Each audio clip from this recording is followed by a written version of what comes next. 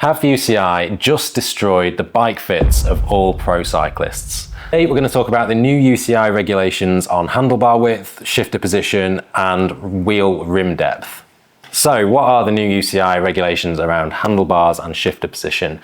They have said that the outsides of your bars must be a minimum of 40 centimeters, 400 millimeters, and the minimum width on the inside of your shifters must be 32 centimeters. And alongside this, they've also banned rim depths deeper than 65 millimeters in road races as of next year. Now, there is loads to talk about with this topic, and there's already been a lot of stuff out there on the internet about the regulations and why they are terrible, and I've not got a different opinion. I still think they're terrible, but there are two main reasons why I think that is the case. First main problem that I have with these regulations is that the whole argument for the UCI bringing in these regulations is all about rider safety, and that's great. Like, we don't want to see crashes, we don't want to see people getting injured in races, and we don't want any avoidable incidents. Obviously, it's a sport and it is a close contact sport, it's a fast sport, and you've got cyclists riding down roads at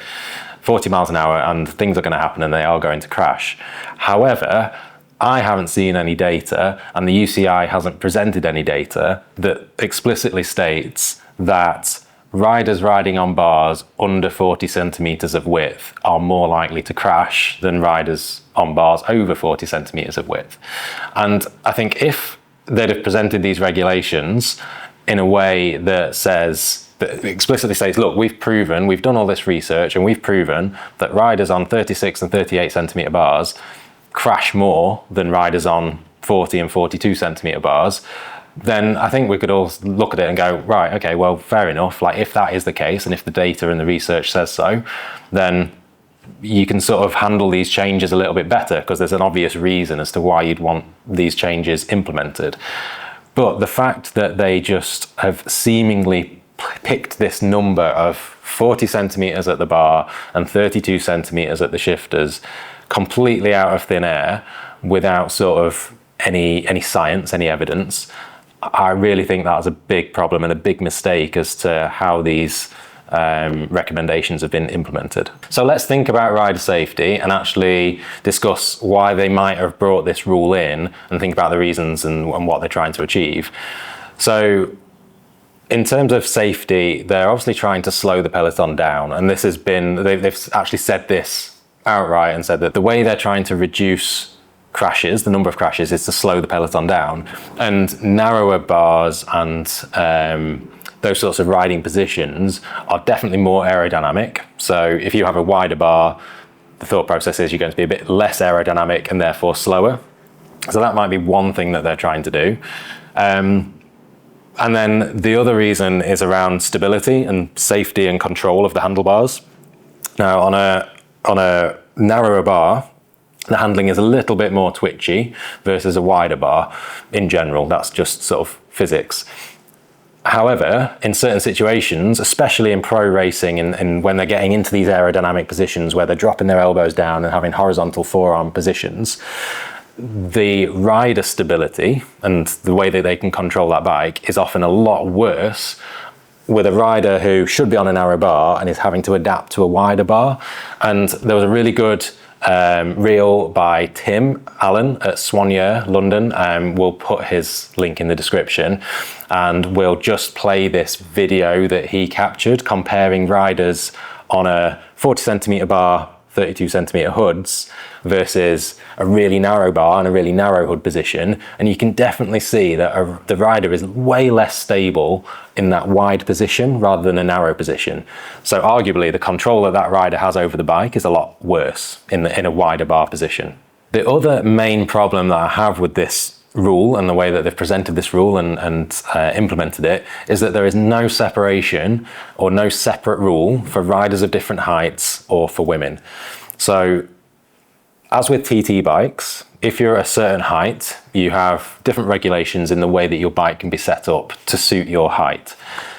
It must be so easy to be able to do exactly the same thing in the road cycling world, where if you're a rider of a certain height, you can have this bar width. If you're a rider under 5'8", you can actually have a narrower bar, you can go down to this bar width. That will be a really easy way to make the rule adapted to that rider's body. And from a bike fit perspective, we see loads and loads of riders who are on bars that are too wide for them, and they suffer as a result in terms of comfort and in terms of performance, and it's just making the bike less enjoyable to ride because they've got to sort of flex into this unnatural position for their biomechanics. And if you're a professional athlete and you're being told to ride this bar width that is, and get into these positions that are so unnatural, and then you've also got to perform at your best and try and win and try and earn a living for yourself, that is just so unfair to those riders that are smaller or women who need a narrower bar to be able to perform at their best. As for the rim depth rule, don't necessarily have a massive issue with it. I mean, not many riders are running more than 65mm deep wheels anyway, so it's not going to affect many riders, if any. But also, it's not a rule that is discriminatory against certain riders because of their biomechanics or their height or their gender. Whereas the handlebar width rule definitely is. So to demonstrate how ridiculous this rule is and how easy it is to fall foul of the new regulations, we've got our sizing jig over here with our adjustable bars and obviously stem, and obviously we've set the shifters in a position. Now, I think you'll agree these shifters are not particularly angled in. They're a very normal, natural position. And again, in terms of comfort, we do this a lot within bike fits because a lot of people do benefit from a comfort point of view from having angled in shifters. But as I say, these aren't particularly extreme. The handlebars that we've got set up actually measure at 42 centimeters wide from outside to outside. So at their widest point, they're 42, so well within UCI regulations. However, when you come to the shifters, these literally measure 32 centimeters from inside to inside. So they are only just UCI legal. So if we were to drop that handlebar width down to 40 centimeters from outside to outside, which again is not a narrow bar, a very average standard bar width. Now these shifters on the inside measure 30 centimeters and are therefore illegal. So now I've set these bars so that they sit at 40 centimeters outside to outside. So this is the narrowest handlebar that you can have whilst keeping within the new UCI regulations. It's important to note that these measure 38 centimeters in the center of the from center to center, which is the normal way to measure a handlebar, but the UCI regulations are talking about the outside to outside width.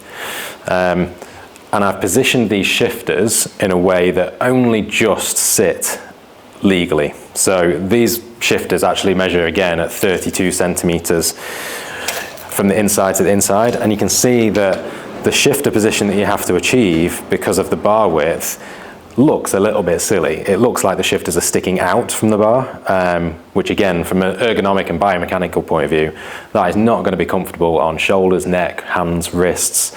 And then again, from a rider safety point of view, I would argue that having the shifters in that position that is going to force your body into an unnatural biomechanical position is going to be less stable and therefore less safe for a pro cyclist.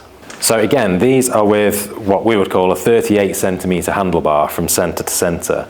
And from a bike fit point of view, we see loads of riders, especially women, that would suit a 36 centimeter or sometimes even a 34 centimeter handlebar. And that's not for aerodynamic gain, that's not for performance, that is for comfort and making sure that their body is stable and supported in a proper way when they're riding a bike, to help with handling, to help with stability, and to help with support.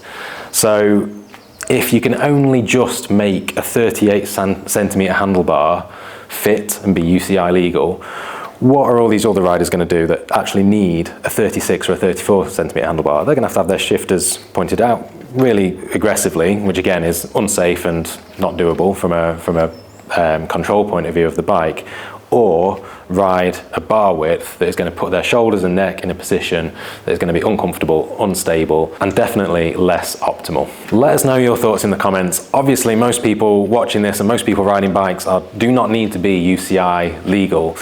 But the point here is that the governing body of our sport that we enjoy and like doing is putting regulations in place that are discriminatory against women and smaller riders, and seemingly not in touch with any sort of bike fit principles that we have in the modern day. And these are definitely rules that seem to have been made by riders that were riding in the 60s, 70s and 80s when we didn't have all of this bike fit research and information available to us, and they haven't really taken that into account in their new regulations. If you enjoyed this video or found it useful, please leave the video a like and subscribe to our channel. It helps us out massively. And if you would like to see more content like this, keep tuned for the next one.